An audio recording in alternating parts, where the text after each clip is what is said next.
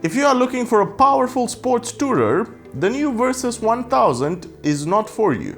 If you want to do medium to serious off-road portions on your adventure trips, this is not the bike for you. If you ride without a passenger, this bike is not for you.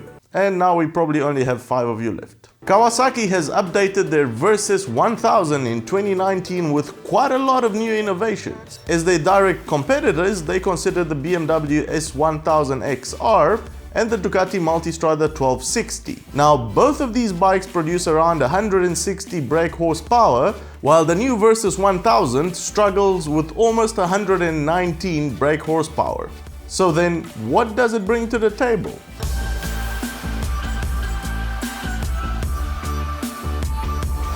Get your motorbike news in a pleasant way. Hit that subscribe button and turn on your notifications so you don't miss the next episode. Let's run through some of the bike's specs and the new technology that it has been updated with, and maybe by the end of the video we will find the right target market for it. The engine of the 2019 Versys 1000 has not been touched from the previous version, so the bike is powered by Kawasaki's 1043cc inline-4 engine, producing an unimpressive 118 brake horsepower and 101 Newton meters. The engine isn't big on character, but the exhaust and the airbox have a very nice bark about them when you're twisting that throttle.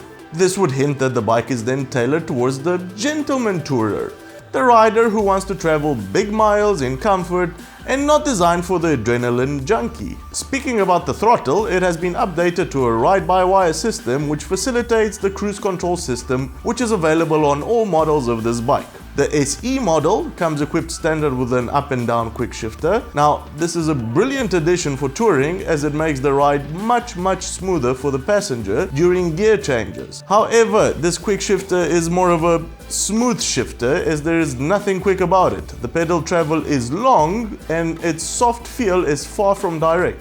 Your pillion will love it and you'll grow to accept it. The Versys 1000 weighs in at 257 kilograms fully fueled. While bike weight should not be a huge concern for the on-road touring adventurer, it is wise to note that the maximum payload of this bike is 220 kilograms. The suspension has 150 millimeters of travel in the front and a similar 152 millimeters in the rear. The SE version of the Versys comes with semi-active suspension. As you ride along, the bike is constantly adapting to the road and riding conditions in real time and continually adjusting the damping to suit that. It even takes deceleration into account to prevent the pitching that occurs under heavy braking, but does so poorly. All the suspension settings can be controlled using the bike's 4 different riding modes. The riding modes are Sport, Road, Rain and Custom, and they all control the bike's traction control, power mode and suspension. All of these are available only on the SE model, while on the standard model you can manually control the suspension dampening and traction control.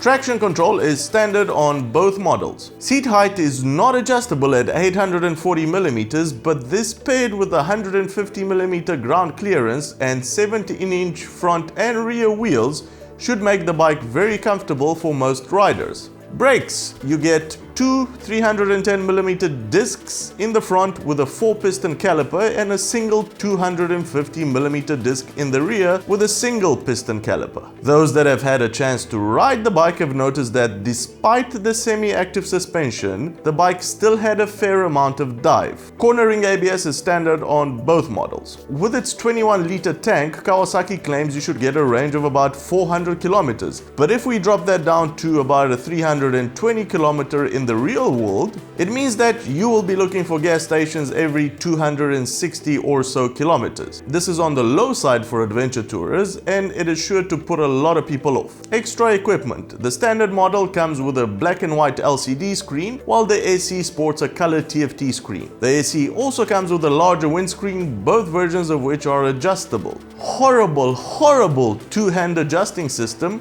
but adjustable nonetheless. The color-matched Givi-made luggage is practical, but some complain that it simply does not have enough capacity for a 2-up configuration. The top case has a capacity of 47 liters, while the side panniers come in at about 28 liters each. All three are lockable with the ignition key. Handguards as well as heated grips are standard on the SE model, which also gets magical self-healing paint. This is a technology that has been used in cars for quite a while now, and while it won't make key or zip fastener scratches disappear, it will make easy work of finer scratches, making them disappear in about a week. So it'll be interesting to see how good future second-hand bikes end up looking. Cornering LEDs are also standard on the SE. These are formed of 3 individual LEDs that illuminate according to your lean angle. So if the bike is leaned over 10 degrees, only one of the LEDs will go on, 2 at 20 degrees and all 3 at 30 degrees or more.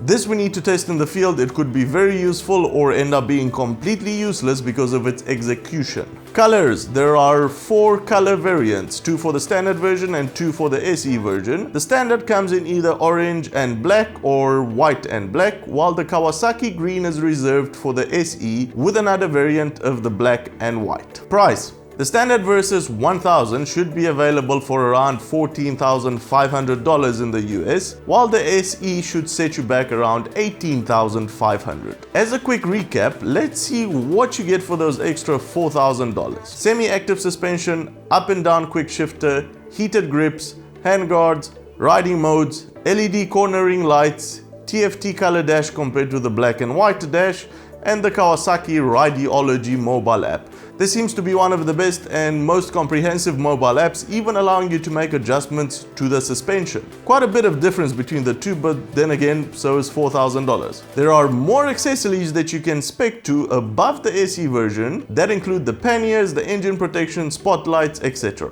So, conclusion time. Who is the new Versys 1000 for? The short answer would be couples looking to travel long distances in comfort. The engine is not aggressive, it provides more than enough power when you need it. The quick shifter is definitely designed with a passenger in mind. The luggage is more than adequate and it has a very nice high riding position. Nothing mentioned about Euro 5 compliance yet, so we have to assume that the Versys 1000 will see a major change to its engine by the 1st of January 2021. We know that the exhaust and the catalytic converter have been reworked on this current model, the 2019 one, so the only thing that's left is the engine. It could not possibly be any less powered than the current model, so more power should convince even more people. Okay, so what is your opinion on all of this? Have you owned a Versys before, and if yes, how was it? Do you think the current Versys will have an impact in the market, or is it already overshadowed by its competition? Let us know in the comments below. Hit that like button if you enjoyed this episode, and consider subscribing if you think you've learned something new. Cheers, and I'll see you on Tuesday.